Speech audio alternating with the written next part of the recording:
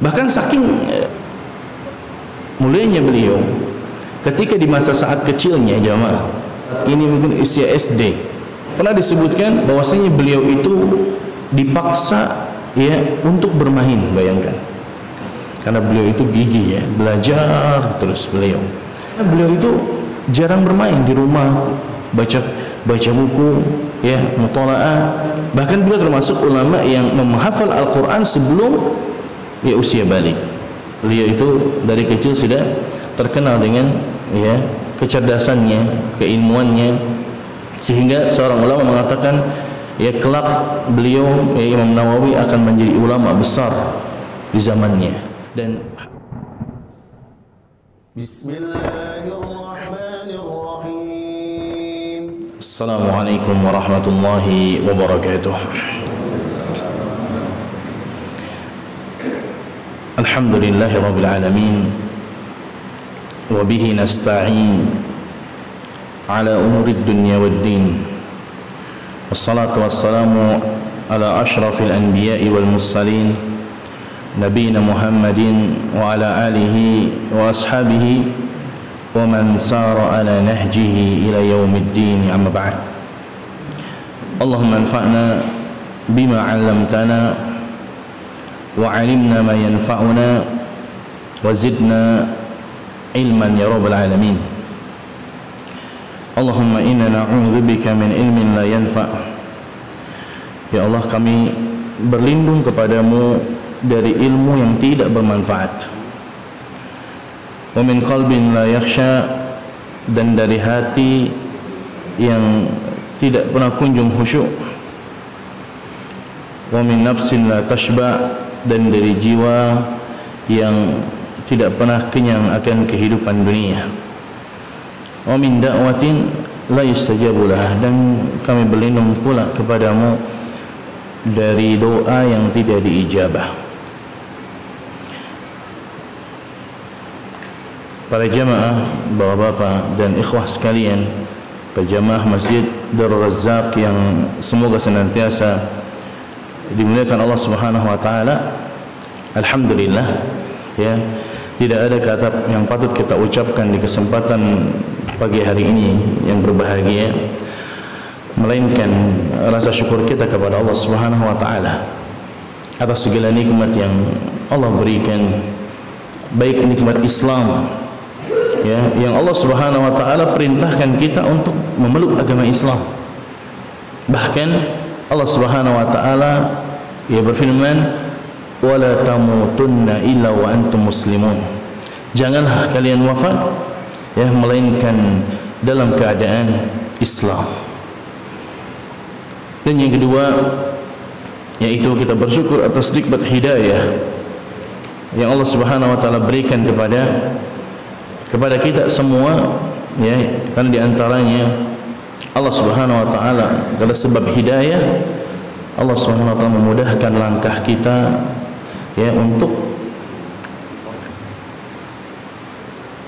melangkahkan kaki-kaki kita menuju rumah Allah Subhanahu wa taala dalam rangka untuk melaksanakan salat subuh secara berjamaah. Ya, bagaimana tidak ya, di saat orang mungkin terlelap dengan tidurnya. Ya, di saat orang lebih memilih ya untuk melanjutkan tidurnya, namun kita karena sebab hidayah yang Allah berikan ya, sehingga kita mampu untuk hadir di rumah Allah Subhanahu wa taala dalam rangka untuk belajar, dalam rangka untuk ya bersama dalam menuntut ilmu. Yang ketiga, tentunya kami mengucapkan jazakumullah khairan kepada panitia DKM dan staf jajaran Masjid Darul Razzaq yang menjadikan sebagai menjembatani terselenggaranya kajian ini. Semoga ya teman-teman DKM mendapatkan wasilah dan balasan yang terbaik dari Allah Subhanahu wa taala. Amin ya rabbal alamin.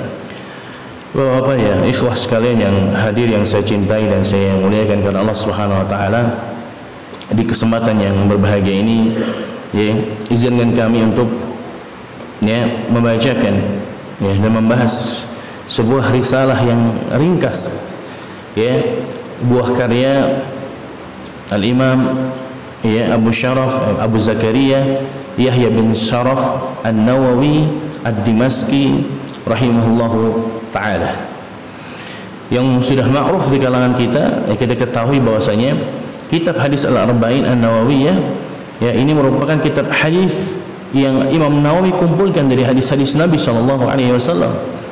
Dinamakan hadis Al-Arba'in jamaahir Rasulullah Ta'ala karena jumlahnya itu ada 42. Arba'in itu sebetulnya dalam bahasa Arab artinya 40. Biasanya orang-orang Arab itu sukanya pembulatan. Jadi kalau misalkan kali jumlah bilangan itu kurang dari 45, maka mereka mengatakan 40. Tapi kalau jumlah hadisnya sudah lebih dari 45, misalkan 48, mereka akan katakan 50. Sehingga akan dinamai dengan khamsun atau khamsin. Sehingga kenapa dinamakan dengan kitab Al-Arba'in An-Nawawiyah? Karena kitab ini berisikan 42 hadis yang disusun oleh Al-Imam An-Nawawi rahimahullahu ta'ala. Karena di antara jamaah Rasulullah ta'ala, di antara adab di dalam menuntut ilmu kita mengetahui kitab yang akan kita bahas. Jangan ketika ditanya bahas kitab apa, ditanya pokoknya kajian gitu bahas hadis. Tapi kita perlu juga mengetahui kitab yang kita pelajari dan penulis kitab tersebut, sehingga kita tahu beberapa referensi kitab pemula, terutama hadis ini merupakan kitab hadis untuk pemula. Biasanya anak-anak kita yang berada di pondok-pondok pesantren, mereka belajar hadis dimulai dengan kitab ini. Kitabnya Al-Imam An-Nawawi, mereka hafalkan 42 hadis. Namun kita pun berusaha untuk mempelajarinya, memahaminya, bahkan mengenal siapakah beliau Al-Imam An-Nawawi rahimahullahu ta'ala. Beliau jamaah Allah Subhanahu wa ta'ala adalah bernama Yahya bin Syaraf. Beliau aslinya siapa? Imam Nawawi itu bukan nama, artinya nama asli beliau adalah Yahya. Orang tua beliau, bapak beliau adalah Syaraf. Kakek beliau Hasan bin Husain An-Nawawi Ad-Dimashqi. Itu nama beliau, dan bapak dan kakek-kakeknya beliau dan berkunyah dengan nama Abu Zakaria. Nah, kunyah ini juga para jamaah Allah Subhanahu wa ta'ala merupakan sunnah. Sebagaimana Nabi kita Muhammad sallallahu alaihi wasallam memiliki kunyah. Siapa kunyah Nabi sallallahu alaihi wasallam? Ada yang tahu? Kunyah itu setiap nama yang didahului dengan Abu, Ummu dan Ibnu. Itu kunyah. Misalkan seseorang anak yang pertama namanya Muhammad, maka dia memiliki kunyah Abu Muhammad. Sebagaimana Nabi SAW memiliki kunyah Abul Qasim. Karena di antara anak-anak beliau ada yang bernama Al-Qasim, juga ada Ibrahim dan yang lainnya. Maka disunahkan. Begitu juga Ibunda Aisyah memiliki kunyah siapa? Ummu Abdillah. Ummu Abdillah. Ini juga kunyahnya Ibunda Aisyah radhiyallahu anha. Kemudian beliau dilahirkan di bulan Muharram tahun 631 Hijriah. Beliau dilahirkan di sebuah kampung di Damaskus yang sekarang mungkin ibu kotanya Suriah. Beliau dilahirkan di kota atau di kampung namanya Nawa. Nawa. Makanya kenapa beliau disematkan dengan nama Nawawi. Itu disebutkan kepada kampung namanya Nawa. Sebagaimana Imam Bukhari. Imam Bukhari itu bukan namanya bukan Bukhari, namun beliau karena tinggal di kota atau kampung namanya Bukhara, sehingga dinisbatkanlah beliau dengan nama dikenal dengan Bukhari. Demikian. Ya, sehingga kita tahu oh ternyata Imam Nawawi ini ya termasuk ya ulama besar, ya ulama besar ya di zaman beliau yang hidup ya di abad yang ke-6 Hijriah. Ya. Kemudian beliau juga termasuk ya ulama yang memang dididik oleh ayah beliau yang tentunya terkenal dengan kesalehan ya dan ketakwaan jemaah. Bahkan Imam Nawawi ya, kita tahu yang namanya seorang ulama ya biasanya terlahir dari rahim yang memang mereka adalah orang-orang yang saleh dan salehah. Ya, mereka lahir dari rahim ya orang-orang yang mencintai ilmu, tumbuh dengan ilmu. Ya sehingga ya jadilah Imam Nawawi ini seorang ulama besar ya di zaman saat itu. Ya. Bahkan saking ya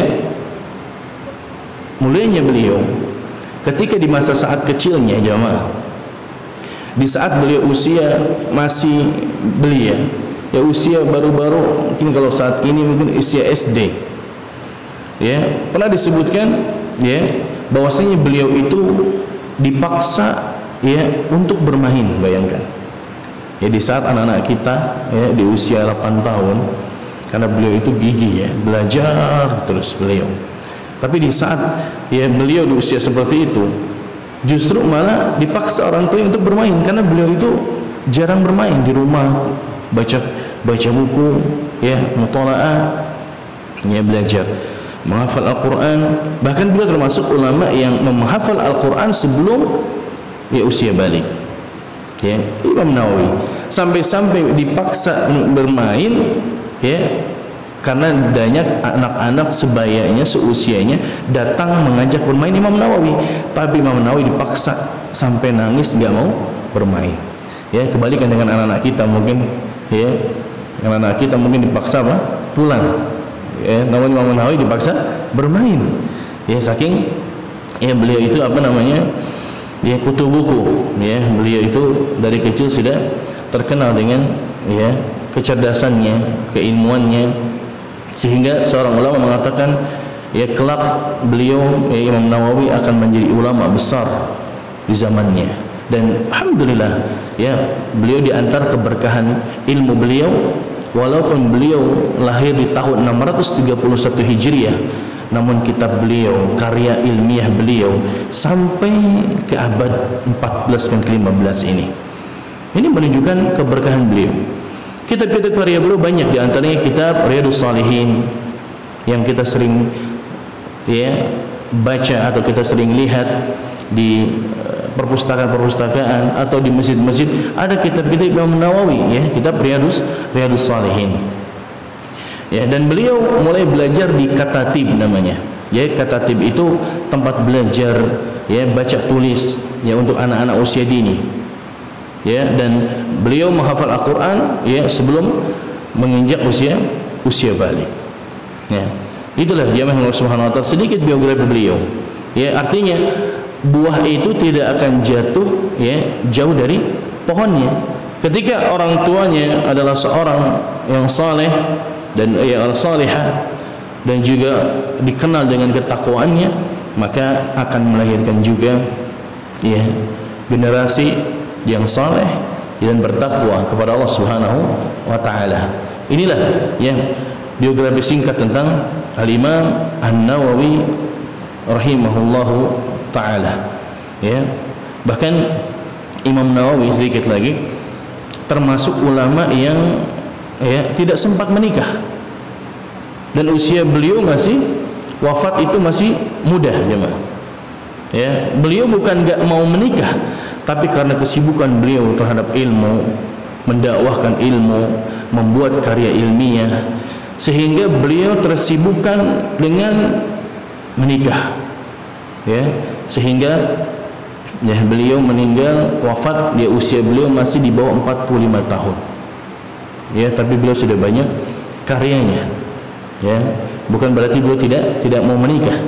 Ya, karena beliau tahu keutamaan menikah, tujuan menikah, dan betapa besarnya pahala menikah. Tapi jamaah Allah Subhanahu wa taala, kita akan masuk ke pembahasan yang berikutnya, ya, inti daripada kitab ini di hadis yang pertama,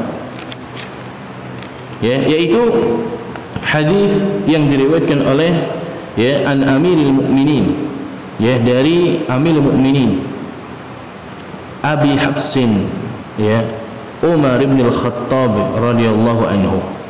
Hadis ini jamaah dimulakan Allah Subhanahu wa taala diriwayatkan oleh sahabat siapa? Abu Habs. Nah, Abu Habs ini tadi disebutkan, ini bukan nama tapi kunyah. Ya, Umar, namanya Umar bin Khattab. Ya, semua sahabat rata-rata memiliki apa? Kunyah. Ya, dan kunyahnya Umar bin Khattab adalah Abu Habs. Ya. Dan nama asli beliau Umar bin Khattab radhiyallahu anhu. Ya, jadi hadis ini diriwayatkan oleh sahabat Umar bin Khattab, yaitu apa? Qala, beliau berkata, sami'tu Rasulullah sallallahu alaihi wasallam yaqul, aku pernah mendengar Rasulullah sallallahu alaihi wasallam bersabda, innamal a'malu binniyat, sesungguhnya, ya, amalan itu tergantung pada niatnya. Wa innamal likulli imri'in ma nawa, dan setiap orang akan mendapatkan apa yang ia niatkan. Ya. Nah, jemaah Allah Subhanahu wa taala, dari hadis ini, hadis Nabi sallallahu alaihi wasallam, kita bisa mengambil faedah. Yang pertama adalah semua amal itu tergantung pada niatnya. Ya. Karena kita ketahui, ya, seyogianya semua ibadah, ya, yang kita lakukan itu kita persembahkan dan kita niatkan semuanya untuk Allah Subhanahu wa taala. Oleh karenanya setiap ibadah, ya, itu tergantung, ya, apa yang kita niatkan, untuk siapa kita niatkan suatu ibadah tersebut. Ya, kalau misalkan kita niatkan ibadah salat kita karena Allah Subhanahu wa taala, itulah ibadah. Ya. Karena yang namanya ibadah itu akan diterima, ya, oleh Allah Subhanahu wa taala ketika ibadah tersebut terpenuhi dua syarat. Syaratnya yang pertama apa? Ikhlas karena Allah Subhanahu wa taala. Ini syarat yang pertama. Ya, artinya benar-benar, ya, mengosongkan hati kita, hanya kita persembahkan ibadah itu hanya kepada Allah Subhanahu wa taala, satu-satunya zat yang berhak diibadahi. Ya. Jadi konsekuensinya kalau ada orang salat misalkan, ya, ada anak muda yang sudah siap menikah, lalu dia tahu di masjid ini, ya, ada calon mertuanya, ya, akhirnya dia ketika datang ke masjid yang mungkin sebelumnya jarang salat sunnah, qobliyah, ba'diyah, atau salat tahiyatul masjid, tapi karena tahu ada calon mertua, langsung dia di samping dia, Allahu Akbar. Ya, dia niatkan itu apa? Dia niatkan untuk agar calon mertuanya tahu, oh, ini Masya Allah anak muda yang saleh. Ya, maka ketika seseorang tersebut sholat, dia niatkan untuk itu, ya, untuk mendapatkan pujian, sanjungan, ya, anggapan, ya, pengakuan dari orang lain, maka ketahuilah, ya, itu merupakan salah satu sebab terkikisnya, bahkan hilangnya, ya, pahala dari suatu ibadah. Ya, dan inilah yang disebut dengan riyah. Ya, ketika seseorang menampakkan suatu ibadah dan yang harusnya dia niatkan untuk Allah Subhanahu wa taala, maka, ya, ibadah tersebut tertolak karena disebabkan dia niatkan untuk meraih pujian orang lain. Ya. Contoh misalkan, banyak kita lihat status-status ini bukan dalam rangka menjustifikasi orang, tapi ini dalam rangka untuk mengingatkan pentingnya niat dalam sebuah ibadah. Misalkan jemaah, saya sering ingatkan jemaah ketika mereka mengadakan umrah, ya, saya sering sipkan nasihat bahwasanya ibadah umrah adalah ibadah yang mulia, saya bilang. Karena di dalamnya terkumpul dua hal yang penting. Apa? Umrah itu ibadah harta dan ibadah anggota badan. Ya. Sebagaimana salat adalah ibadah anggota badan saja. Dan zakat ibadah harta saja. Ya, tapi kalau ibadah umrah atau haji, ibadah yang mulia, saya bilang. Karena terkumpul di dalamnya harta kita keluarkan, dan juga jiwa raga ini capek, lelah, letih beribadah di Baitillah, di Ka'bah, ya, al-Musyarrafah. Maka jangan sampai ibadah kita, Bapak Ibu sekalian, saya bilang, rusak gara-gara status WA kita, status media sosial kita, dengan mengatakan, ya, mungkin membuat video di Ka'bah dalam rangka untuk menunjukkan kepada orang lain kita sedang beribadah.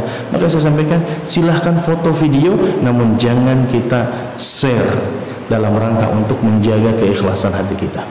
Kadang jemaah sadar atau tidak sadar, ketika kita menampakkan suatu ibadah, lalu ada orang lain memuji kita, oh masya Allah ya, enaknya bisa umrah, bisa haji, ya, atau enaknya bisa sholat di sana, ya. Terkadang hati ini mulai terbang, hati ini mulai ujub, ya. Nah, hal seperti ini, ya, seperti inilah yang harus kita jaga di dalam suatu ibadah, ya. Maka Nabi mengatakan innamal a'malu binniyat, ya, wa innamal likulli imri'in ma nawa, dan seseorang akan mendapatkan apa yang ia niatkan. Baik, yang pertama tadi, ya, syarat diterimanya ibadah adalah niat ikhlas. Yang kedua jemaah, yaitu ittiba atau mutabah, mengikuti sunnah Nabi SAW, mengikuti tata cara yang diajarkan Rasulullah SAW. Nah, dua syarat inilah, ya, menjadi syarat diterimanya ibadah. Saya tanya sama bapak-bapak yang hadir, ibadah bisa diketahui tidak diterima dan sahnya suatu ibadah, bisa tidak? Kita tahu suatu ibadah yang kita lakukan itu sah atau tidaknya bisa diketahui atau tidak? Bisa. Dari mana kita tahu suatu ibadah itu sah atau tidak sahnya?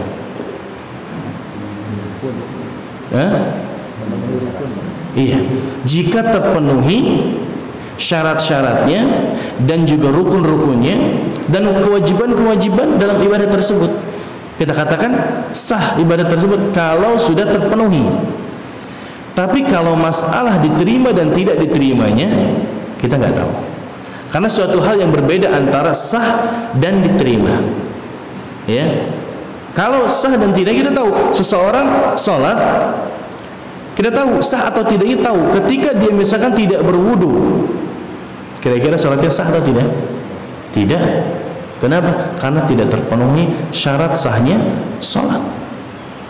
Atau umroh dan haji seseorang, kita tahu tidak sah karena rukunnya tidak terpenuhi. Misalkan rukun umroh misalkan ihram, tawaf, sa'i, ya. Kalau ditinggalkan salah satu dari 3 rukun ini, kita katakan umrohnya nggak sah. Atau seseorang haji, dia tidak wukuf di Arafah, maka hajinya tidak sah. Kita katakan tidak sah, ya, karena tidak terpenuhi syarat-syarat dan rukun-rukunnya. Tapi kalau ibadah itu terpenuhi syarat-syaratnya, rukun-rukunnya, kita pun nggak tahu apakah diterima ataupun tidaknya. Karena itu hak prerogatif Allah Subhanahu wa taala yang tahu. Ya, kita hanya bisa tahu, ya, dari indikator apakah ibadah ini diterima atau tidak. Itu dari tadi syarat-syaratnya dan rukun-rukunnya. Ya, karena belum tentu ibadah yang terpenuhi syarat-syarat dan rukunnya itu diterima oleh Allah Subhanahu wa taala. Ya. Artinya ibadah yang diterima di sisi Allah Subhanahu wa taala sudah pasti ibadah yang terpenuhi syarat-syarat dan rukun-rukunnya. Ya. Adapun yang tidak, maka kita pastikan ibadah itu tertolak, ya. Maka dua hal yang berbeda antara sah dan diterimanya ibadah, ya. Walaupun kita sudah ikhlas, walaupun kita sudah berusaha sesuai dengan apa yang diajarkan Rasulullah, kita tetap nggak bisa memastikan diterima atau tidaknya satu ibadah, Ya. Nah, lalu kita lanjutkan. Nabi SAW mengilustrasikan langsung dengan faman kanat hijratuhu ilallahi wa rasulih. Barang siapa yang hijrahnya untuk Allah dan Rasulnya, fahijratuhu ilallahi wa rasulih, maka hijrahnya untuk Allah dan Rasulnya. Lihat, Nabi SAW langsung ketika bahas niat langsung memberikan gambaran, ya, agar para sahabat faham tentang fungsi daripada niat. Karena Nabi mengatakan barang siapa yang seseorang itu hijrahnya karena Allah dan Rasulnya, maka hijrahnya pahalanya untuk Allah dan Rasulnya. Ya. Lalu waman kanat hijratuhu lidunya, barang siapa yang hijrahnya niatnya karena dunia yang ingin dia peroleh, awim ra'atin yankihuha, atau karena sebab perempuan yang ingin dia nikahi, fahijratuhu ila ma hajara ilaih, maka hijrahnya itu tergantung atas apa yang dia niatkan, ya, kepada apa yang dia tuju. Jemaah ini yang dimuliakan Allah Subhanahu wa taala. Nabi SAW dengan para sahabat pernah hijrah dari kota Mekah ke kota Madinah. Ya, karena sebab Nabi SAW berdakwah di kota Mekah selama berapa tahun? Ya, ada yang tahu? Nabi SAW itu berdakwah di kota Mekah berapa tahun, jemaah? Ada hadiahnya nih. Ada yang tahu? Masya Allah Bapak ini. 13 tahun. Masya Allah, 13 tahun, jemaah. Di kota Madinah berapa tahun, Pak? 10 tahun. Masya Allah, barakallahu fiik. Ya, ini kitabnya pas hadiahnya sesuai dengan apa yang kita pelajari. Kitab Hadis Al-Arba'in An-Nawawiyah. Nabi SAW jemaah itu berdakwah di kota Mekah selama 13 tahun. Ya, di awal dengan sembunyi-sembunyi berdakwah. Karena ketika itu Islam masih lemah. Ya, yang memeluk agama Islam masih sedikit. Sementara musuh-musuh mereka adalah orang-orang Quraisy, orang-orang para penyembah berhala. Ya. Sehingga banyak orang-orang Quraisy yang terusik dengan dakwahnya Rasulullah SAW. Ya. Mereka anggap ini dakwah yang menyesatkan, dakwah yang mengusik peribadatan mereka ketika mereka menyembah berhala. Ya, karena mereka orang-orang Quraisy, bapak-bapak sekalian, itu punya sesembahan, punya berhala yang besar 3, ya, disebutkan dalam Al-Quran, afara'aitumul lata wal uzza wa manata tsalitsata ukhra. Ya, mana kata Allah Subhanahu wa taala tentang Lata, ya, Uzza, Manat, kata Allah Subhanahu wa taala enggak ada. Mereka la yanfa' wa la yadur. Berhala-berhala tersebut tidak ada manfaatnya dan tidak, ya, bermudarat. Ya, karena Lata, jemaah Allah Subhanahu wa taala, itu merupakan berhala yang berupa patung yang dibuat karena sebab dahulu, ya, ada seseorang yang saleh yang kerjaannya itu membuat adonan. Buat adonan kemudian dimasak, setelah matang dibagikan kepada jamaah-jamaah haji. Dan beliau terkenal dengan kebaikan dan kesalehannya, sehingga dikenal oleh masyarakat, oh, fulan adalah orang yang sering memberikan makanan di musim haji untuk jamaah haji. Sehingga ketika Lata ini wafat, ya, dibuatlah patung besar, ya, dari batu yang dipahat untuk mengenang jasa Lata ini. Ya, namun, ya, kesalahan mereka menjadikan patung tersebut yang awalnya untuk menjadi kenangan atas jasa beliau, mereka salah dalam mengartikan, ya, patung-patung tersebut, sehingga mereka terjatuhlah, mereka menjadi meminta-minta menyembah Lata tersebut. Ya. Nah, ini contoh patung berhala yang besar di zaman Nabi SAW. Quraisy, ya, orang-orang Quraisy menyembah berhala. Nah, Nabi SAW kembali lagi. Nabi pernah hijrah dari kota Mekah ke Madinah. Karena apa? Karena tertindas dakwah di sana. Bahkan Nabi SAW akan dibunuh. Allah informasikan kepada malaikat Jibril bahwasanya Muhammad, ya, engkau akan, ya, dicari oleh orang, akan dibunuh oleh orang Quraisy.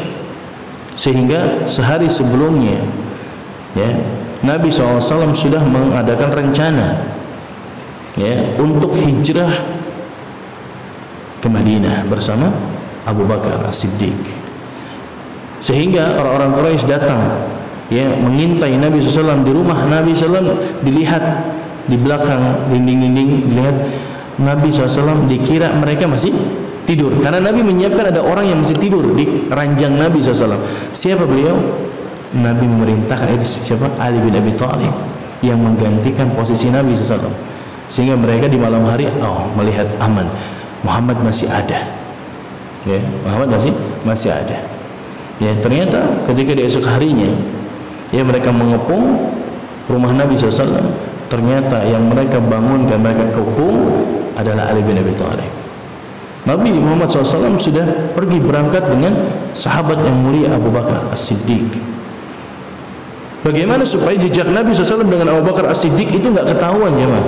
Karena zaman dulu, bayangkan, nggak kayak kita, dicor, di aspal, ya, di apa lagi nih, di hot mix, ya, sehingga jejak itu nggak kelihatan. Di zaman Nabi SAW itu masih padang pasir, sehingga kalau orang pergi masih terlihat jejak kakinya, dan itu masih bisa dicari.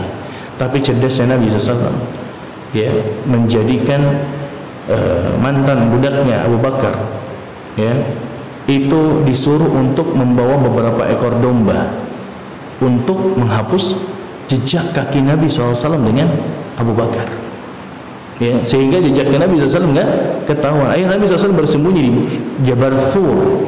Kita tahu biasanya sudah umroh sering ke sana, atau ketika haji, ketika Siti Tur kan kita diperlihatkan bagaimana tingginya Jabal Thur, tempatnya Nabi SAW bersembunyi dari kejaran orang-orang Quraisy. Dan yang jarang diekspos adalah bagaimana perjuangan putri Abu Bakar As-Siddiq. Siapa beliau?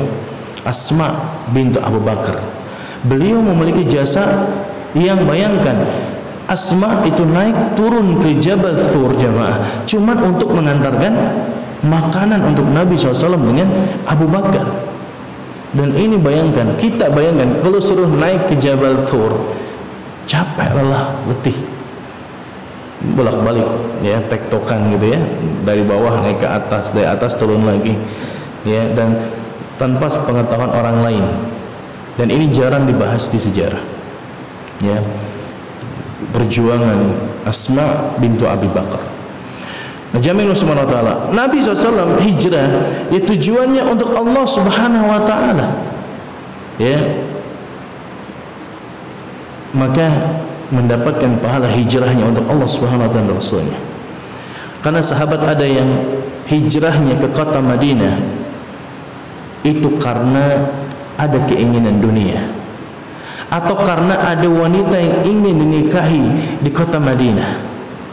Sehingga Nabi SAW memberikan ilustrasi, barang siapa yang hijrahnya untuk dunia, yusibuha, yang dia ingin peroleh, awimra'atin yankihuha, atau seorang wanita yang dia ingin nikahi, fahijratuhu ila ma hajara ilaih, maka hijrahnya itu tergantung apa yang dia tuju atau dia niatkan. Ini jamaah yang dimulakan Allah Subhanahu wa ta'ala, ya, pentingnya perkara niat dalam suatu ibadah apapun itu. Niat menyembelih hewan kurban, niat haji, niat sedekah, ya, jangan sampai salah niat. Sudahlah kita, ya, infak misalkan di masjid, ya, tolong Pak DKM, saya infak, tulis nama saya yang paling besar, nama saya yang paling atas, Fulan bin Fulan, infaknya Masya Allah 100.000 misalkan, tapi ingin namanya paling atas, ya. Kenapa jemaah? Kita berusaha menyembunyikan amal, ya, amal soleh dari manusia, sebagaimana kita mampu untuk menyembunyikan dosa dan maksiat kita di hadapan manusia. Kenapa? Karena kita ingin menjaga keikhlasan, kita ingin menjaga hati kita dari, ya, riya, Kenapa? Karena para sahabat dahulu Nabi SAW khawatir tertimpa penyakit ini. Nabi SAW pernah berkata kepada para sahabat, dia mengatakan, inna akhwafa ma akhafu alaikum asyirkul asghar. Wahai para sahabatku, perkara yang paling aku khawatirkan yang menimpa kalian, kata Rasulullah SAW, adalah asyirkul asghar, syirik kecil. Ya, maka para sahabat bertanya, ya Rasulullah, wa masyirkul asghar, apa itu syirik kecil?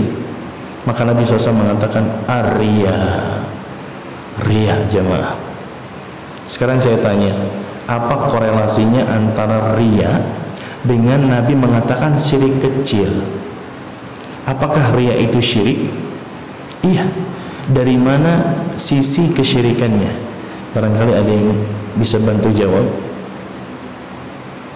Dari mana? Fadhal. Karena niatnya tidak ikhlas semata untuk Allah. Karena dia tidak ikhlas karena pada kurang spesifik. Apa kira-kira? Biar kita tahu. Ya kita kan tahu syirik itu maknanya apa. Ya, syirik kecil. Nah, apa dengan riya? Apa hubungannya? Korelasinya? Ada sesuatu lain selain Allah yang dia ingin capai. Iya, gak apa-apa. Silakan hadiahnya, masya Allah. Barakallahu fiik. Betul. Kenapa jemaah? Karena tadi kita tahu ibadah itu kita persembahkan hanya untuk Allah. Ya. Tapi ketika kita palingkan ibadah ini kepada selain Allah, artinya tadi untuk dalam rangka menampakkan, memperlihatkan ibadah kepada selain Allah, ini bentuk penyimpangan ibadah. Gitu. Ada unsur memalingkan satu ibadah kepada selain Allah Subhanahu wa taala. Sehingga syirik kecil kenapa dinamakan oleh Nabi SAW? Sehingga riya disebutkan dengan syirik kecil. Ya, Nabi khawatir sahabat saja yang kuat keimanannya, ya, yang kuat keikhlasannya, Nabi masih khawatirkan terjatuh kepada riya. Karena ini berkaitan dengan hati, berkaitan dengan niat. Ya. Nabi pun khawatir kepada sahabat. Terlebih seharusnya kita yang bukan sahabat, ya, yang tidak dijamin masuk surga dan tidak dijamin dosa-dosa kita diampuni, seharusnya lebih khawatir lagi terhadap penyakit riya, ya, yang berkaitan dengan niat. Ya. Sehingga jamaah Allah Subhanahu wa taala penting untuk kita fahami. Lalu sekarang apa itu fungsi niat jamaah Allah Subhanahu wa taala, ya? Hadis ini diriwayatkan oleh Imam Bukhari dan Imam Muslim. Sekarang apa itu fungsi daripada niat? Ya. Sehingga kenapa harus memperhatikan niat? Yang pertama, fungsi niat jamaah untuk membedakan adat. Adat di sini kebiasaan dengan ibadah. Gimana gambarannya? Ada yang tahu? Bapak-bapak di sini ada yang biasa bangun tidur tadi sebelum subuh mandi, ada nggak? Yang biasanya mandi, ada tidak? Ada ya? Nah, saya tanya mandi apa itu? Mandi apa? Bapak-bapak senyum.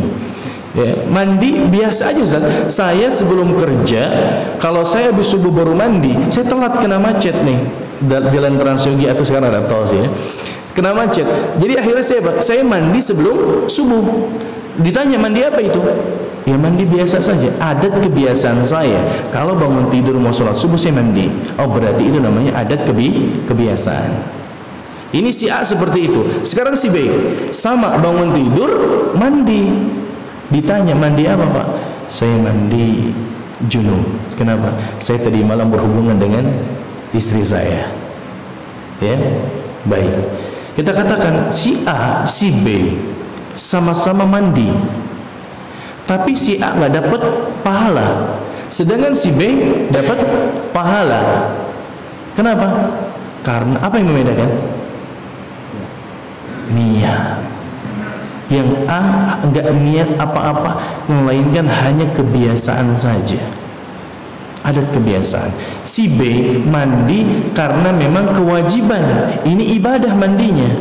Karena kalau dia nggak mandi, nggak sah sholat subuhnya. Karena dalam kondisi junub. Bisa dipahami ya? Berarti fungsi niat yang pertama adalah membedakan antara adat dengan ibadah. Ya, dibedakan dengan cara apa? Dengan niat seseorang. Saya niat untuk mandi janabah, dapat pahala. Ya. Artinya jamaah Allah Subhanahu wa taala, ada hal-hal yang sebetulnya itu perkara mubah, ya, namun bisa menjadi suatu ibadah karena disebabkan niatnya. Ya. Banyak lagi contohnya, ya, ada kebiasaan ya dengan ibadah, ya, sehingga dari sinilah kita bisa niatkan kegiatan aktivitas dunia kita bisa kita jadikan sebagai bentuk ibadah. Misalkan ya, seseorang niatkan makan kan perkara mubah, makan dan minum ya, itu untuk supaya kuat dalam beribadah ya, maka makannya berubah menjadi suatu ibadah. Karena sebab apa? Karena sebab dia niatkan perkara mubah ini untuk menjadi suatu ibadah. Masya Allah. Kerja juga jemaah, kita tiap pagi kerja, berangkat dari rumah ya, maka saya nasihatkan niatkan kerja kita ketika berangkat untuk mencari nafkah yang merupakan suatu kewajiban bagi seorang suami. Jangan hanya dijadikan rutinitas belaka, pergi pulang ya, kerjanya 7 to 5 misalkan ya, jam 7 berangkat sampai jam 5, belum macetnya, tapi ternyata nggak menjadi nilai ibadah. Kenapa? Karena tidak pernah berniat untuk mencari nafkah. Niatkan kerja kita untuk ya, niatkan untuk mencari nafkah, sehingga setiap ibadah setiap kerjaan kita, gerak-gerik aktivitas kita merupakan ya ibadah di sisi Allah Subhanahu wa taala. Ya. Nah, ini jemaah yang Allah, ini fungsi yang pertama. Ya. Fungsi yang pertama adalah ya, membedakan antara adat kebiasaan dengan ibadah. Nah, yang kedua, fungsi niat adalah membedakan satu ibadah dengan ibadah lainnya. Contoh apa? Ibadah itu kan bapak-bapak beda-beda ya. Ada yang ibadah itu adalah ibadah yang wajib, ya. Ada ibadah yang sunnah. Misalkan tadi ada orang datang ke masjid Darul Razak, dia datang ke masjid, tiba-tiba sholat 2 rakaat, ya, sholat 2 rakaat. Ada lagi yang si B datang ke masjid Darul Razak, sholat juga 2 rakaat. Sama-sama sholat, sama-sama 2 rakaat, tapi mendapatkan pahala yang berbeda. Kenapa? Karena si A niat sholatnya itu adalah sholat sunnah. Misalkan sholat tahiyatul masjid atau sholat qobliyah subuh, ini sunnah. Yang si B datang ke masjid 2 rakaat ini melakukan sholat subuh yang hukumnya wajib, maka beda pahalanya. Si A hanya membawa pahala sunnah, misalkan dia, si B mendapatkan pahala wajib. Sehingga ini dibedakan dengan apa? Dengan niat. Contoh lain, puasa. Ada seseorang puasa ya, Ramadan, puasa Ramadan, atau seseorang puasa Ramadan ya, namun ketika puasa Ramadan dia uzur, sakitlah misalkan ya, sehingga wajib baginya untuk mengqadha puasa di bulan-bulan yang lainnya. Nah, ketika seorang ini mau puasa qadha, misalnya kita katakan di bulan Muharram misalkan, atau di bulan Safar misalkan, puasa dia, niatnya adalah untuk puasa qadha Ramadan. Ternyata ya, hari itu bertepatan dengan puasa Muharram, ya, puasa di bulan Muharram.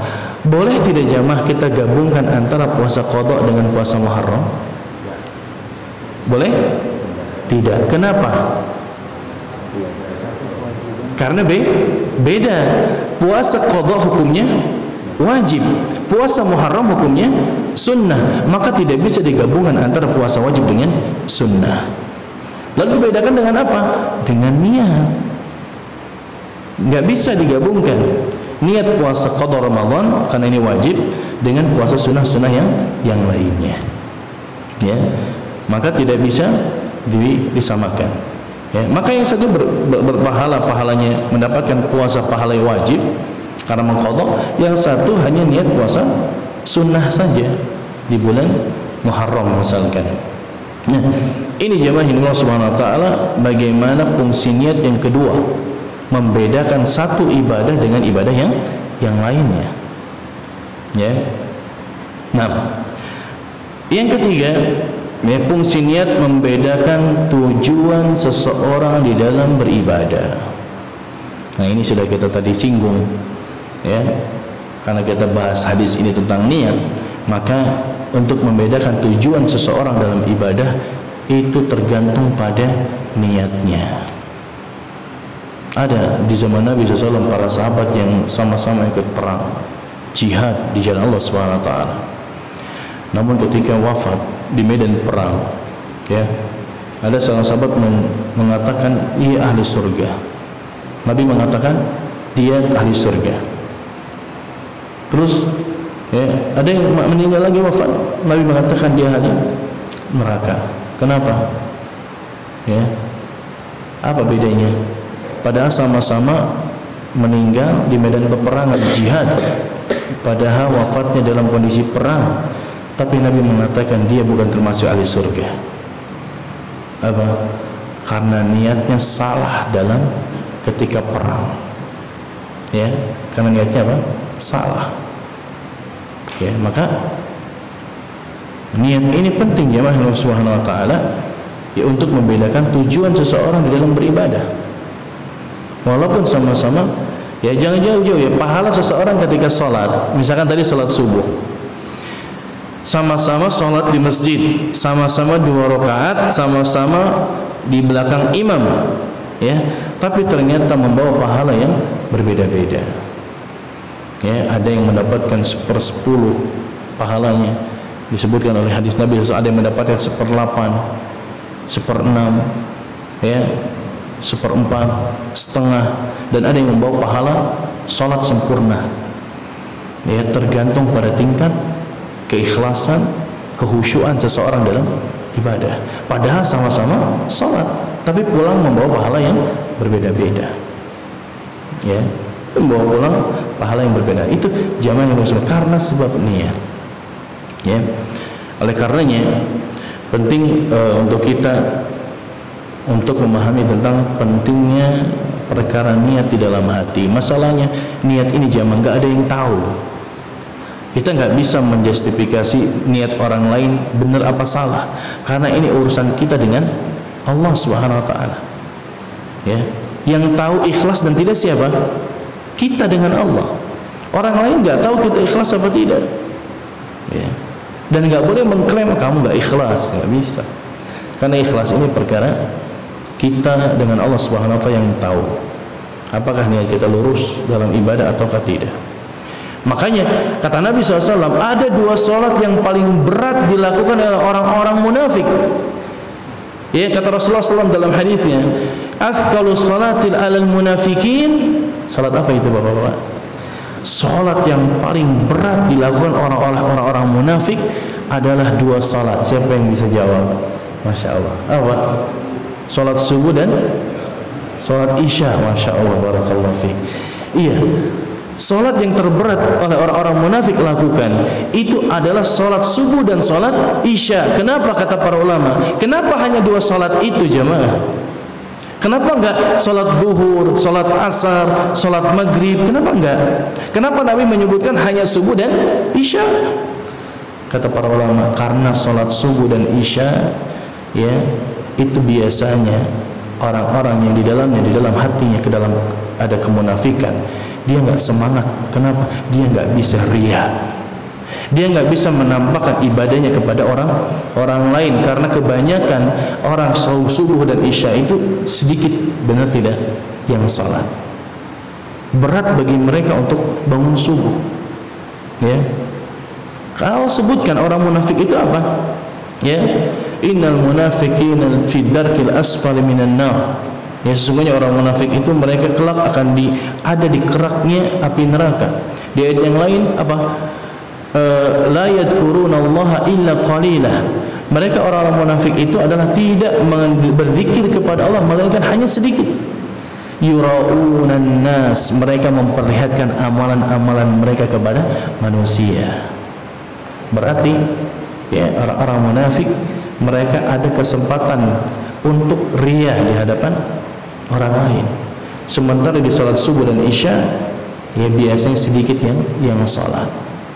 Ya, sehingga kenapa Nabi SAW mengatakan ya salat yang terberat dilakukan oleh orang-orang munafik adalah salat subuh dan salat isya. Nah, ya, semoga kita termasuk orang-orang yang bisa melaksanakan salat subuh berjamaah sehingga mengikis dalam hati ini sifat-sifat perangai-perangai kemunafikan. Ya, karena tadi kita niat bangun salat subuh hanya untuk Allah Subhanahu wa taala. Hanya untuk Allah satu-satunya kita persembahkan ibadah kita ya kepada Allah Subhanahu wa taala. Nah, para jamaah yang dimuliakan Allah Subhanahu wa taala. Lalu apa saja yang bisa kita ambil faedah dari hadis yang Nabi SAW ya sebutkan dan diriwayatkan oleh diriwayatkan oleh sahabat Abu Umar bin Khattab? Ya, yang pertama ya adalah annahu la amala illa biniyat. Bahwasanya yang pertama tidaklah ada amalan kecuali dengan niat. Penting, niat itu harus ada dalam ibadah. Niat salat, niat terutama niat haji dan umrah. Ya, umrah kita niat ketika apa? Kapan? Ketika seseorang sampai miqat, ya, dia mengucapkan labbaik Allahumma umratan. Ya, labbaik Allahumma umratan. Ya Allah, aku penuhi panggilanmu untuk beribadah umrah. Ya, atau kalau haji labbaik Allahumma hajjan mutamatti'an atau qiranan, ya, atau ifradan. Ya, tergantung nanti hajinya haji apa. Ada haji tamattu', qiran dan haji ya ifrad. Jadi dilafadzkan niat untuk khusus untuk umrah dan haji. Ya. Jadi tidak ada amalan kecuali niat. Yang kedua, annal a'mala mu'tabiratun biniyatiha. Sesungguhnya amalan-amalan itu ya dianggap tergantung dengan niat-niatnya masing-masing. Ya, dikatakan amalan itu tadi sesuai dengan apa yang diniatkan. Yang ketiga, anna thawabal amil ala amali ala hasabi niyatihi. Bahwasanya pahala orang yang beramal itu tergantung ya amalannya sesuai dengan niat yang dia amalkan. Ini sebagaimana disebutkan oleh pensyarah kitab Hadis Al-Arba'in Nawawiyah. Ya. Yang keempat, ya, darbul alim al-amthal li tawdihi wal bayan. Ya, seorang yang alim di sini kan Rasulullah SAW ya memberikan permisalan contoh real li tawdih untuk menjelaskan. Ya, karena Nabi tadi ketika menjelaskan tentang niat, Nabi langsung ilustrasikan dengan gambaran orang yang hijrah. Ya, orang yang hijrah ya itu tergantung dengan apa yang dia niatkan. Ya. Karena tadi niatnya seseorang ketika berhijrah itu untuk Allah atau bukan. Ada misalkan jamaah yang orang itu hijrah tujuannya untuk supaya pindah circle aja, ya, atau hijrahnya hanya ingin ya merubah penampilan saja, maka sangat disayangkan.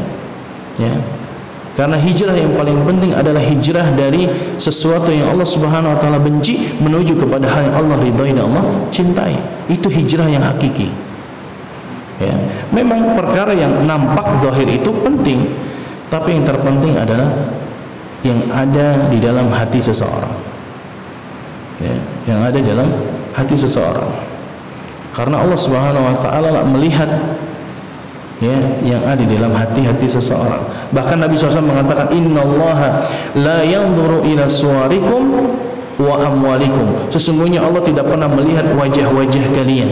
Allah tidak melihat ketampanan, kecantikan seseorang, dan juga Allah tidak melihat kekayaan harta seseorang. Walakin yanzuru ila qulubikum wa amalikum. Akan tetapi Allah akan melihat kepada hati-hati kalian dan kepada amalan-amalan kalian. Ya, ini pesan Nabi Shallallahu Alaihi Wasallam. Ya, kemudian yang terakhir, faedah yang bisa kita ambil adalah bahwasanya amalan tergantung dengan apa yang dia menjadi sebuah wasilah untuk amalan tersebut. Ya, bahkan terkadang sesuatu yang mubah secara asalnya mubah boleh bisa menjadi sebuah ketaatan dan ibadah tergantung pada niatnya. Tadi sudah kita bahas, ya. Suatu amalan itu tergantung niat. Walaupun awalnya hukum asalnya ibadah itu, hukum asalnya perbuatan itu mubah, boleh. Artinya perbuatan itu boleh dilakukan, artinya nggak mendapatkan pahala. Boleh ditinggalkan, dan ditinggalkanmu tidak berdosa, itu mubah. Ya. Kalau sunnah itu kan kalau dilakukan oleh seseorang mendapatkan pahala, kalau ditinggalkan tidak berdosa. Ya. Tapi kalau mubah dilakukan tidak berpahala, ditinggalkan pun tidak berdosa. Ya, netral, mubah itu boleh. Tapi kata beliau, sesuatu hal yang mubah saja kalau diniatkan untuk menjadikan merupakan ketaatan kepada Allah Subhanahu wa taala, maka hal yang mubah tadi pun bisa menjadi ibadah. Ya, contoh gini Pak, kita nggak bisa sholat subuh, nggak bisa bangun subuh kalau kita nggak nyalakan alarm.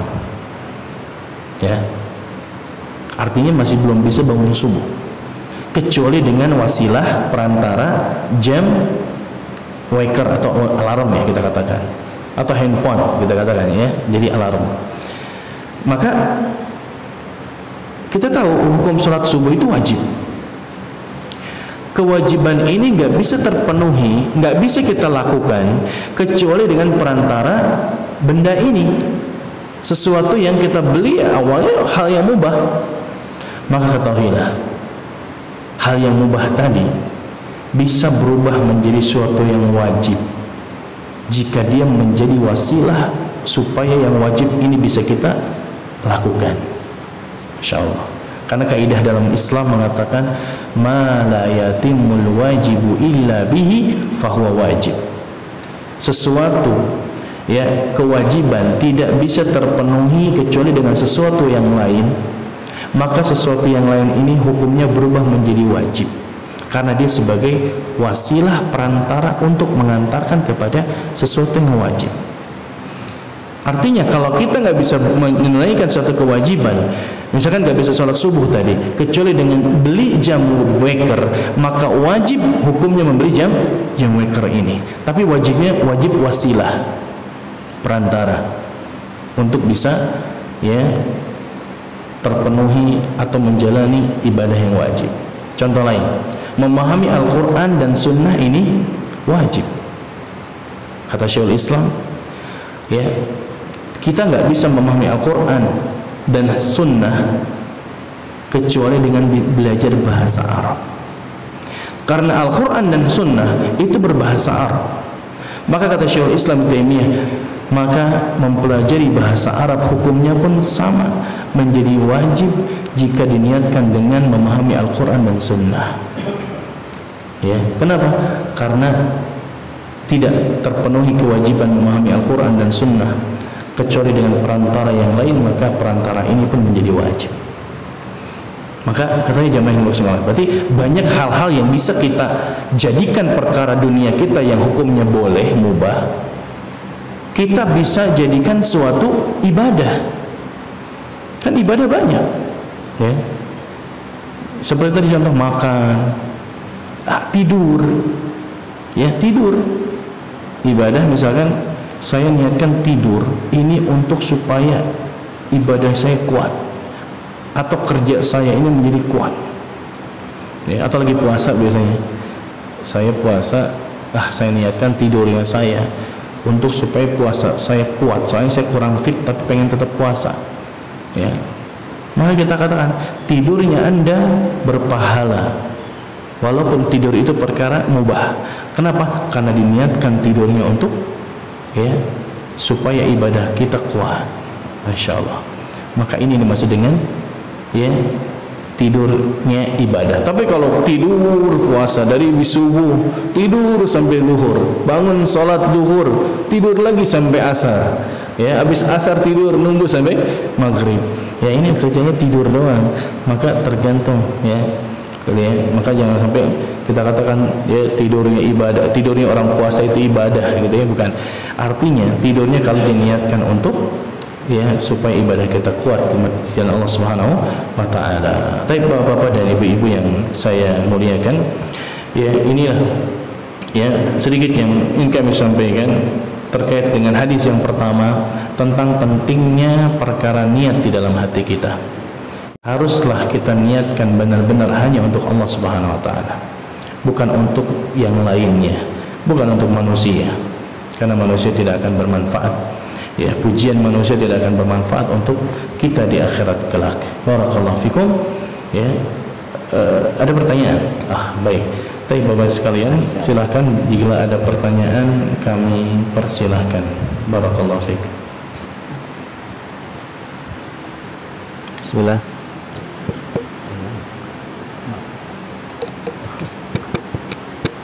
Tes. Bismillah. Assalamualaikum warahmatullahi wabarakatuh. Waalaikumsalam warahmatullahi wabarakatuh. Untuk mengingatkan kita kembali betapa pentingnya niat, ya, walaupun kelihatannya mungkin simple gitu, ya, basic, tapi ini fundamental banget, ya Ustaz, ya, karena meleset sedikit saja bisa berantakan lah gitu, ya. Mungkin konsepnya gini, Ustaz. Jadi kita, bukan kita lah, mungkin saya aja, ya, yang saya juga konkret, ya Ustaz. Contohnya niat sih insya Allah gitu, ya, kita paham dan dari awal kita niatkan karena Allah gitu. Nah, kadang-kadang ini apa, ya, terbersit gitu, ya, ada gerinjet gitu, apa, ya, terlintas. Gitu, ya. Terlintas gitu. Ada transaksional lain gitu, Ustaz, ya. Nah, apakah ini masuk di dalam apa, ya, niat atau boleh atau enggak, ya? Misalnya gitu, kadang contohnya apa, ya, sholat duha gitu, ya, rutin supaya rezekinya lancar, misalnya kayak gitu, ya Ustaz. Terus kita sedekah infak gitu, ya, cantumkan gitu, ya, supaya menginspirasi yang lain gitu, ya, atau supaya apa, ya, ya kayak gitu Ustaz, ya. Atau ada hal-hal lainnya lah yang kadang-kadang gitu terlintas gitu, walaupun di awal tetap sih gitu, ya, ibaratnya, ya, kita karena Allah, cuman kadang-kadang ada embel-embel transaksional lain. Apakah dibolehkan, ya, hal seperti itu, ya, atau ibadah-ibadah lain yang kadang-kadang kaitannya dengan apa nih, memperlancar rezeki, kadang kaitannya dengan mendapatkan kemudahan, kita lakukan itu gitu. Kadang-kadang muncul hal seperti itu. Mohon ini, Ustaz. Jazakallah khair atas pertanyaannya. Ini pertanyaannya banyak, kita bisa ambil faedah. Nah, saya tangkap pertanyaannya bahwasanya kalau misalkan, ya, kita melakukan suatu ibadah, ya, ternyata terlintas dalam hati benak kita niat untuk supaya tadi mendapatkan sesuatu yang lain, gitu, ya, dilihat daripada ibadah itu sendiri. Misalkan tadi salat duha kita niatkan supaya, ya, lancar rezekinya, gitu, ya, atau kita niatkan ketika sedekah Allah balas dengan harta yang melimpah lagi, gitu kan. Ini kan berkaitan dengan niat, gitu, ya. Maka kita katakan tidak masalah dalam niat hal seperti itu. Kenapa? Cuman sayang aja kalau kita beribadah hanya minta perkara dunia saja. Ini sangat ya rugi.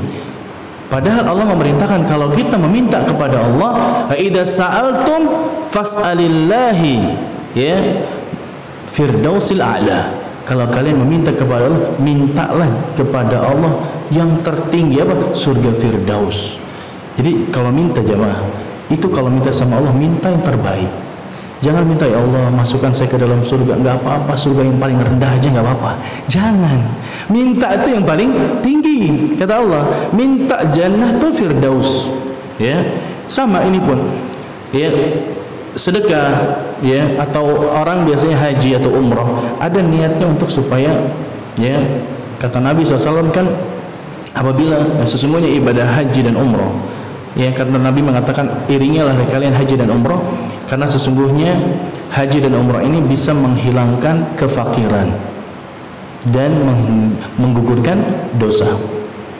Nah di situ kan ada menghilangkan kefakiran, artinya mungkin terlintas kalau saya haji dan umrah ya nanti saya akan dibalas lagi Allah ganti dengan yang lebih besar, misalkan harta kembali bahkan lebih banyak dari apa yang kita keluarkan.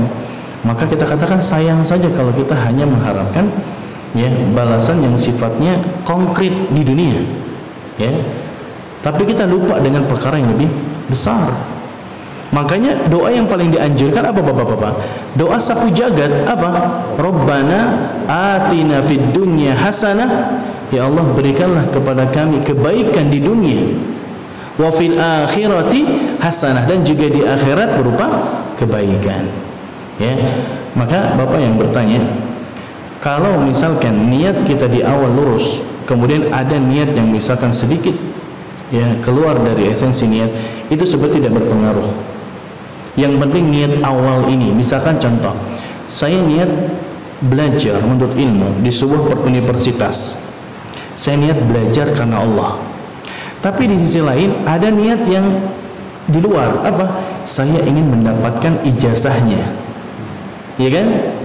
Saya berniat mendapatkan ijazah supaya saya bisa ya melanjutkan ke jenjang yang lebih tinggi lagi. Apakah ini menjadikan merubah niat awal saya? Kita katakan tidak. Karena itu menjadi suatu kesatuan include di dalam niat kita, niat untuk beribadah belajar untuk ilmu di suatu universitas misalkan atau di suatu sekolah ya. Dan juga kita meniatkan untuk mendapatkan syahadah ijazah. Maka ini tidak menafikan keikhlasan seseorang di dalam menuntut ilmu. Berbeda halnya memang dia belajar itu cuman hanya untuk meraih ijazah saja. Ya, maka tentu berbeda. Ya, maka ya sebetulnya jangan ya kita mengharapkan sesuatu yang seperti itu. Misalkan puasa biar saya kurus misalkan. Ya, ini kan niatnya ibadah puasa, tapi ternyata ada niat yang terselubung apa? Supaya kurus misalkan. Ya, apalagi kalau salah, kalau niat puasanya untuk kurus saja, nggak ada niat untuk ibadah. Tentu yang seperti ini yang dikhawatirkan. Ya, tapi kalau udah niat yang awalnya benar, ikhlas, lalu ada niat yang tidak mencederai niat yang awal, maka itu tidak mempengaruhi. Ya, misalkan seorang tadi disebutkan sedekah. Nah, dalam perkara sedekah, Bapak-bapak, itu ada yang boleh ditampakkan, ada yang boleh juga disembunyikan. Sebagaimana Bapak bisa baca di surat ya, Al-Baqarah ayat 271. Allah Subhanahu wa taala berfirman, "In tubdu shadaqati fa ni'mahi." Ya, kalau kalian menampakkan sedekah kalian, maka itu adalah sebaik ya, itu maka baik sekali kata Nabi sallallahu alaihi wasallam. Fa ni'mahi wa in tukhfuha wa tu'tuha al-fuqara fa huwa khairun lakum. Ya, akan tetapi kalau kalian sembunyikan ya, kalian tidak tampakkan, maka kalian memberikan kepada orang-orang fakir, maka menyembunyikan itu lebih baik bagimu. Artinya, ada saatnya di mana kita menampakkan sedekah. Contoh, kita ingin mengajarkan kepada anak kita. Kita ambil uang 5.000, 2.000, kita masukkan ke kotak amal. Tujuannya untuk apa? Mendidik anak kita supaya dia terbiasa beramal, berinfak. Pertanyaannya, niat saya benar apa salah? ketika saya infak sebenarnya ada unsur untuk mengajarkan anak saya. Apakah ini mencederai dan memalingkan niat awal saya? Para ulama mengatakan tidak. Ya, dalam ayat ini jelas boleh, namun dilihat maslahatnya. Misalkan saya berinfak supaya mengajak kaum muslimin juga untuk ikut serta berinfak, maka ketika itu boleh ditampakkan. Tapi ada di saatnya ini nggak perlu ditampakkan, ya, sehingga ya tidak merusak niat-niat saya ketika berinfak. Ya, artinya boleh dalam masalah infak tergantung maslahatnya. Ya, kalau misalkan nggak ada maslahat apa-apa, nggak perlu harus ditampakkan. Bahkan kan banyak di masjid-masjid saya infak ke masjid, kalau bisa jangan dicantumkan nama saya, cukup hamba Allah saja. Ya, itu untuk lebih menjaga keikhlasan. Ya, dahulu Imam Al-Auza'i punya anak dan istri. Di pagi hari anaknya itu main-main di tempat sholatnya Imam Al-Auza'i. Ketika ibunya tahu anaknya mendekati tempat sholatnya, bahasa kita mungkin ada sejadah, ada karpet khusus buat sholat, tiba-tiba ibunya kepegang basah jemaah, ya, karpetnya apa? Basah. Ibunya kira ini pipisnya siapa? Anaknya yang masih kecil. Dia gendong, dia bersihkan. Ternyata air yang basah tadi itu merupakan air matanya Imam Al-Auza'i ketika sholat malam. Dia menangis sampai-sampai anak dan istrinya nggak tahu bahwasanya itu adalah bekas air mata Imam Al-Auza'i di malam hari. Artinya yang saya ingin sampaikan adalah pentingnya untuk menyembunyikan amal. Sampai pun anak istri kita kalau bisa nggak usah tahu kalau kita tuh punya amalan andalan yang hanya kita dan Allah yang kita ketahui, sehingga itu yang akan menjadikan kelak amalan yang kita bisa andalkan di hadapan Allah Subhanahu wa taala. Di saat lagi yang Allah mengatakan yauma la yanfa'u malun wala banun, pada hari di mana tidak bermanfaat harta dan anak, illa man atallaha biqalbin salim, kecuali orang-orang yang datang kepada Allah, menghadap Allah dengan hati yang selamat. Ya, maka berusahalah kita menyembunyikan amalan kita di hadapan manusia, sampai pun kepada orang-orang yang dekat kepada kita, ya, karena ini akan menjadikan ibadah kita lebih ikhlas di hadapan Allah Subhanahu wa taala. Nah, Allah taala alam bisawab. Silakan pertanyaan berikutnya.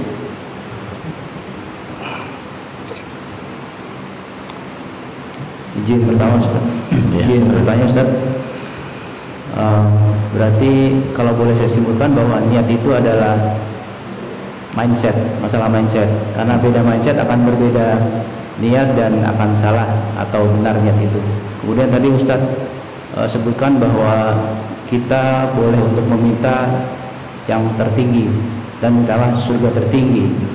Nah, yang ingin saya tanyakan adalah bagaimana dengan ada aliran yang mereka mengajarkan untuk kalau kita beribadah itu hasilnya surga atau neraka itu jangan kita minta, karena kita tidak boleh menghakimi Allah kita akan ditempatkan di mana nanti, surga atau neraka itu terserah Allah. Dan ada juga syair yang terkenal bahwa aku tak pantas di surga, namun aku takut pada neraka. Bagaimana menurut Ustaz tentang ini? Terima kasih Ustaz. Masya Allah, barakallahu fiik. Nah, jemaah Allah Subhanahu wa taala, kita diperintahkan meminta berdoa kepada siapa? Kepada Allah. Ya. Bukankah Allah Subhanahu wa taala mengatakan di dalam surah Al-Baqarah, "Wa idza sa'alaka ibadi 'anni fa inni qarib, ujibu da'watad da'i idza da'an." Ya, wahai Muhammad, apabila ada hamba-hambaku bertanya kepadamu tentangku, katakanlah sesungguhnya aku Maha dekat. Ujibu da'watad da'i idza da'an. Aku akan kabulkan setiap orang yang berdoa kepadaku. Di ayat yang lain, ud'uni astajib lakum. Ud'uni astajib lakum. Berdoalah kepadaku, niscaya aku akan kabulkan. Jemaah Allah Subhanahu wa taala. Ya, kita tentunya meminta kepada Allah Subhanahu wa taala terserah kita meminta apapun yang kita inginkan. Ya. Tadi salah satu hadisnya Nabi yang SAW memerintahkan kita untuk meminta kepada Allah sesuatu surga yang paling tinggi. Ya, idza sa'altum ya fas'alillaha jannata firdausil a'la. Kalau kalian meminta kepada Allah, mintalah surga yang paling tinggi. Ini yang Nabi SAW perintahkan. Ya. Dan ini tidak menafikan keikhlasan seseorang. Karena memang Allah Subhanahu wa taala ciptakan surga dan neraka. Salah satu hikmahnya adalah untuk memotivasi seseorang untuk beribadah. Sekarang kalau kita ibadah tidak dimotivasi, ya, betapa banyak dalam Al-Qur'an Allah Subhanahu wa taala memotivasi hamba-hambanya, ya, dengan surga, dengan neraka. Maksudnya diancam dengan neraka. Itu banyak dalam Al-Qur'an. Ya. Sehingga ya memintanya kita perkara surga dan neraka diperbolehkan, bahkan dianjurkan. Ya. Dan ini tidak menafikan niat sama sekali. Ya. Seperti tadi perkataan ada lirik lagu, kalau saya rasa itu lirik lagu yang mengatakan ya aku tadi gimana? Aku tak pantas di surga, namun aku takut pada neraka. Nah, aku tak pantas di surga, tapi aku tahu neraka. Itu semuanya gimana? Maunya di mana? Tengah-tengah antara surga dan neraka. Kan nggak bisa. Ya ini harus dikoreksi. Jangan sampai di hati kita, oh iya kita nggak boleh minta. Justru kita harus minta kepada Allah. Ya, minta sama Allah apa surga? Karena kita semua berharap masuk ke dalam surga dan kita berusaha berdoa untuk dijauhkan dari neraka. Ya, adapun Allah memberikan nanti kelak itu hak prerogatif Allah. Kan tidak semua apa yang kita minta belum tentu Allah kabulkan. Ya. Maka kalaulah kita minta saja belum dikabulkan, ya, apalagi tidak meminta. Kesannya kalau orang tidak minta surga, ya, lalu dia beramal untuk apa? Ya, enggak usah kalau dia minta kepada Allah surga berarti dia hanya mengharapkan surga. Memang kita mengharapkan surga. Ya. Tidak mengharapkan, artinya salah satu kan sebab ingin kita masuk surga itu kan karena kita melakukan ibadah kepada Allah. Kita diciptakan di muka bumi ini kan untuk apa? Beribadah. Lalu beribadah untuk apa? Agar Allah Subhanahu wa taala mencintai kita, merahmati kita, meridai kita sehingga Allah masukkan kita ke dalam surga. Ya, maka kita minta kepada Allah Subhanahu wa taala surga. Ya, Nabi yang mengatakan minta surga. Saya lebih percaya sama Nabi SAW untuk meminta surga dibandingkan mungkin orang-orang, sebagian orang mengatakan jangan minta surga dan jangan minta dijauhkan dari neraka. Ya, terus mau kemana, Pak? Ya, mau jadi Mu'tazilah ya, antara surga dan neraka, nggak tahu di mana. Ya, enggak, kita minta surga. Ya, minta kepada Allah Subhanahu wa taala. Kalau kita nggak minta, ya, maka kesannya kita adalah orang yang sombong. Ya. Jelas tadi mintalah kepadaku, aku akan kabulkan setiap apa yang kalian minta. Nah, Allah taala alam bisawab. Sudah cukup ya? Sudah cukup. Alhamdulillah. Satu lagi mungkin untuk Bapak yang bertanya hadiahnya. Ya. Barakallahu fiik. Tapi Bapak Ibu sekalian yang saya cintai dan saya hormati Allah Subhanahu wa taala, ya, ini yang bisa saya sampaikan ya dari satu hadis Nabi SAW. Ya, semoga sedikit ini bermanfaat, terutama di awal mulai kita belajar untuk meluruskan niat, ya, sehingga perkara-perkara apapun itu tergantung apa yang kita niatkan. Ya, semoga bermanfaat dan menambahkan wawasan pengetahuan kita dalam memahami agama ini. Dan jazakallahu khair atas kesabarannya, ya, kehadirannya. Semoga Allah jadikan lelahnya kita, capeknya kita dalam belajar menjadi pemberat amal kebaikan kita. Barakallahu fikum wa sallallahu ala nabiyina Muhammad wa ala alihi wa ashabihi wa akhiru da'wana alhamdulillahi rabbil alamin. Subhanaka Allahumma bihamdika asyhadu an la ilaha illa anta astaghfiruka wa atubu ilaik. Assalamualaikum warahmatullahi